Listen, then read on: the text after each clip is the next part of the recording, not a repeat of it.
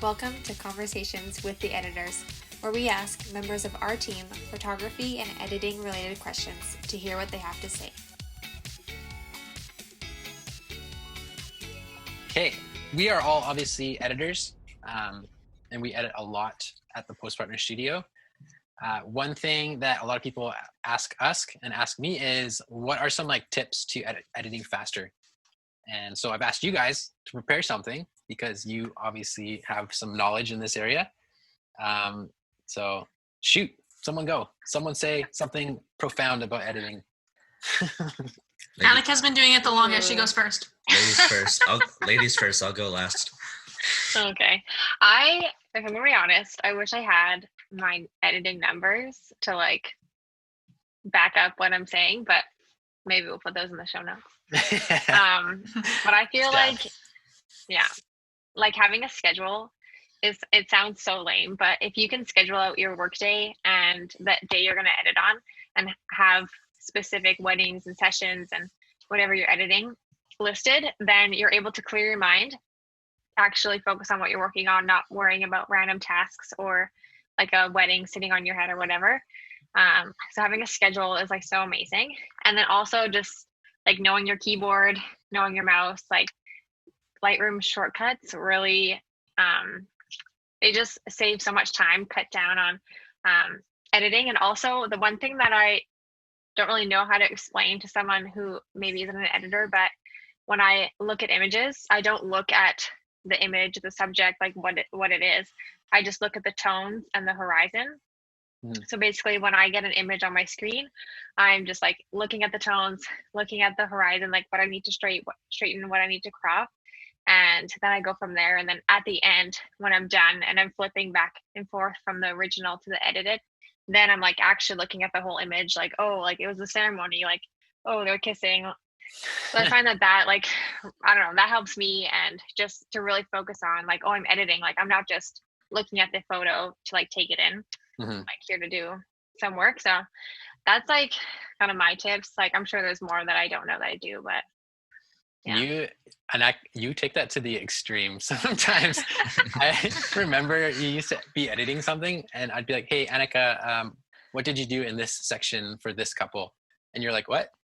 I'm like, this image. I show you an image. You're like, oh, I don't recognize that. You did this an hour ago. I know. There's so many, I've edited so many things and I have no memory of what it was or who it was for. And I have only maybe one or two orders that I remember that I've done. Wow. But most of it is just, I look at the colors and then I'm good to go. So it is I guess that's good and bad, but yeah. We should mention that Annika is probably the fastest editor we have ever had. So those are some good tips and they work for her. And you should try them. How about you two lovebirds? Ladies first. No, you're more experienced than I am, so you go first. Okay. So I have two tips. So the first one, Annika would probably disagree, but I got this mouse. It's called a Logitech G502, I believe. And essentially, Myles would agree though. This is my tip too. Yeah, it's because we're gamers, but yeah. Essentially, there's these buttons on the side, and you can make them hotkeys or short keys. I don't know what they're called, but essentially, one of mine, when I press it, it goes to crop. So you just press it, fix the crop, fix the straightening, and then you press it again to get out of it. So that's probably the biggest one. And then I have another one that's sync, and then I have my radial and what's the other one called? Gradient filters. Yeah. So instead of going around on the keyboard pressing RM whatever, it's just right on your thumb, you move it 1 centimeter, and so that sped up my workflow quite a bit. And the second one, I learned from Myles. When I started working at Post Partner, I was I'll be editing, and then I'd edit one photo, go to the next one, edit that one, and then I'd go back, keep going, and I just keep going back and forth, and then I'd turn up the temperature by like 500 and then bring it back down by 500 and then go back up. So essentially what Myles told me is just trust your gut. If it looks good to your eye, just like trust it and just keep going. And so that sped up my workflow, because then I go back afterwards and it's like, oh, that actually, like, my eye actually like was Right. it was right. Yeah. Yeah. So yeah, essentially just trust your gut when you're editing. You don't have to be making all of these like little micro adjustments and like spending like 5 minutes doing each photo, just like going back and forth. Just trust your gut. Yeah, that's actually so good, because like once you edit an image and go next, like it's not permanently edited. Yeah. Like you can Yeah. change it. So that's actually really good. Yeah, I think I don't use the mouse that I use the traditional Mac mouse. Dude, it would like double your speed, trust me. Yeah. Maybe even triple. I don't know, because Annika's like super fast and she doesn't use the mouse. That's true. She is is faster than me. But that's probably because I watched Game of Thrones while I There it is. Agreed. we'll see how fast I am once I don't watch So TV much shows like TV. that. Yeah. Once you've seen everything that there is to see. Yeah. Then you can focus. So never. Literally never. Yeah. Maybe one day. Actually, no. Never. All right. Anyways, sorry. I'm trying to think. Well, when I first started editing at Postpartner, I had like a really, really slow way of editing. I was kind of Thomas had just started to teach me how to edit our own photos. And so I wasn't really fast at anything. So I learned all of the short keys that were like essential. So like crop, when you can view the photo, like a preview, basically, that's really important. I use that for every photo, which I never used to do, to Like check the before and after. Yeah, the before and after. It's like the slash key. Yeah. That's really important. Like that was crucial to my editing, I think. What else? I think I get in my head a lot when I edit. So like if I get in my head that I like suck, then like the session is going to be a lot harder for me.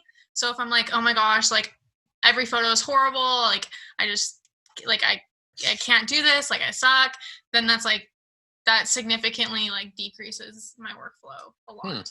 So if I can like get into a positive attitude, and even if it's like a harder session with some harsh lighting, kind of like bypass those and go back to them and ask for help from someone like a mentor or someone, that's always really big. And checking stuff over. I'm not always very diligent when I do that, so I'm trying to get better at going in grid view and just like making sure like everything's consistent. Yeah. So like the final check, I think, so like is the key to consistency. Yeah. I feel like this. Sorry. No, it's okay. I would totally agree with like the emotion mindset for editing, because when I guess this is not for everyone, but like if I'm having like a really horrible day or something has affected me and it's negative, then I will probably edit like maybe 100 images in like 4 hours. Like I just like I can't do anything. And even if you get like, let's say you're in a good mindset and you're feeling good, like whatever, you're well fed, and you start editing and you're just not jiving with the session, I feel like that also affects it too. If you're struggling from like the first 5 images, then the whole session usually is a struggle.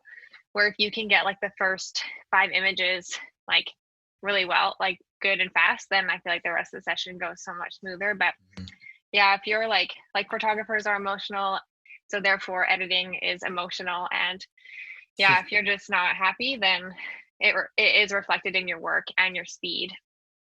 But yeah, I feel like another thing that has helped me is it's like it's more relevant with like more stylistic edits, is getting a second opinion, especially when you've been editing for a while.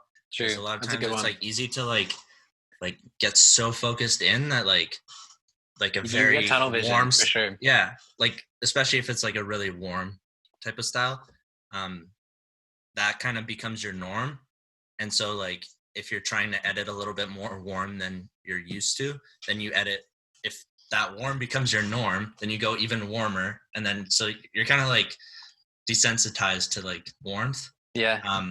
So like something that helps is like getting a second opinion. So sometimes when we're editing, I'll be like, hey Myles, can you take a look at this? Like what are your thoughts? Or another thing is I'll take a quick break. So I'll like look outside, focus on something outside, just look at something that's not my computer screen. Yeah. It helps my eyes just like neutralize, just like readjust to like normal white balance, normal Yeah. colors. Yeah. So, Yeah. That's so good. I agree. It's super important. I actually have a video that I'm coming out with soon all about that. It's called Recalibrate Your Eyes. Nice. Ooh. So good work. Don't stare at your computer for 8 hours straight without taking a break. Yeah, true. Very true. That's just good life advice, really. Yeah. Yeah. Go for a walk. Look out a window. yeah. Eat some food. Yeah. Yeah. Yeah, at postpartum, that like when we go for those walks, it helps so much. Like we edit like for 4 hours, and then we're like, all right, let's go for a walk, and we like go, we like walk down this like nice trail, just like, you know, just let our eyes just rest. Like it's, Yeah. it's really That's nice. so good. Go on Or to the just stare at a sun. plant. Sometimes I'll just stare at a plant on my desk for like Yeah. minutes. Sometimes I'll just stare at the golf game on my phone. Right, Myles? Yeah, that's true. That is very true. Golf battle. You Although guys I should don't know. download I it. don't know if that's super helpful though. No, Yeah. that's counterproductive. It's still a fun game though. It is. My tip is similar to Thomas's. So my tip is all about like ergonomics and actually like being physically balanced when editing. So when I first started editing, I found that I was constantly moving my left hand, so the hand that was on my keyboard, from the arrows, like adjusting exposure and white balance, like crop to syncing. I was doing Option Command S. So like my hand was constantly doing this all day and like moving, while my mouse hand was just like staying still the entire day. So it was just like this. And so by the end of the day, like my shoulder would end up being like so tight. And so doing that for like 2 years straight, I was like, I have to change something.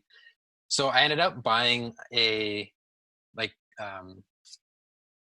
key changer. What would you call that? It's I downloaded this program called Better Touch Tool, and it allows you to like assign specific functions to different keys in specific programs. So I set up my Lightroom so that like specific buttons do specific things, like Thomas mentioned. So my mouse now controls like crop, sync, and those filters. So instead of having my hand constantly moving, my hands are like this when I edit, and just making like slight adjustments. So I originally did it to like feel better physically, but it actually made my editing so much faster. And once you do that, it's it just opens up your eyes to like how much faster you could actually be. Yeah, knowing your keyboard and like your mouse and your computer is also like so huge. If you're switching devices that you're editing on like every day or every week, like you're not going to get used to any sort of system and routine. Yeah. Yeah, Like so a huge part of it is muscle memory for sure. Yeah. And to actually follow up on a second point that Thomas said, Thomas, we're jiving today, man. We're on the same page. Yeah. I think one of the most important things you can do as a photographer to ensure consistency is go through all of your images in grid view after you've edited everything. Like Thomas said, I'm big on just like trusting your gut. I mean, you can obviously reference images if you're having troubles with it, but just editing a full session, getting it done, and then making your adjustments after, I find is so much faster, and the results are actually usually better than spending so much time on each image. So going through in grid view and then making the micro adjustments just in grid view with the little like arrows that you can do. So yeah, that's my 2 cents for sure. Anybody have any other fun tips, or have we exhausted the knowledge of our editors? You got to keep some secrets. It's true. Yeah. Don't give away all our secrets. Yeah. Oh, sit straight. Don't like slouch over your computer. That would suck. I used to do that. Like slouch all the time. Or not editing on your couch. That's so bad. Yeah, don't do that. Get a desk. No, can't be productive. True. I like stretching too, like doing like stresses like that, like that. just preventing carpal tunnel syndrome. Yeah. It's pretty important. Awesome. Well, I think that these are all great tips. If you guys want to check out and follow up with what each of us said, we'll make sure to put each editor's tips in the show notes. So make sure to check it out. And probably we'll release some maybe short Instagram clips from this episode, because I think some of the things we said here were pretty fun and a little bite-sized tidbits of info, you know? So that's it for today. I hope you learned something, and we will see you next time. Cheers, and see you later.